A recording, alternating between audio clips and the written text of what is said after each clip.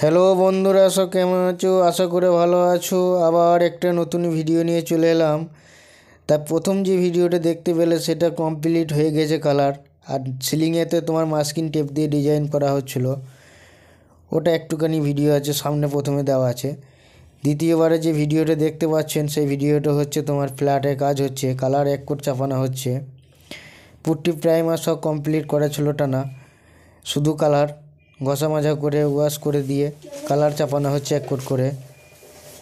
আর রঙটা হচ্ছে তোমার বিড়লা কোম্পানি, রঙটার নাম হচ্ছে ওপাস। আর কালার তোমার হচ্ছে বাই কালার করা হচ্ছে সব। আর ফ্ল্যাটের কাজ তো জানেন কেমন, খুব ভালো পুটি টানা হয় না। আমরা সব চেক পুটি আর করে কমপ্লিট করেছি, তো কালার চাপানো হচ্ছে। যদি ভিডিওটা ভালো লাগে লাইক কমেন্ট শেয়ার করবেন, আর ভিডিওটা শেষ পর্যন্ত দেখতে থাকবেন।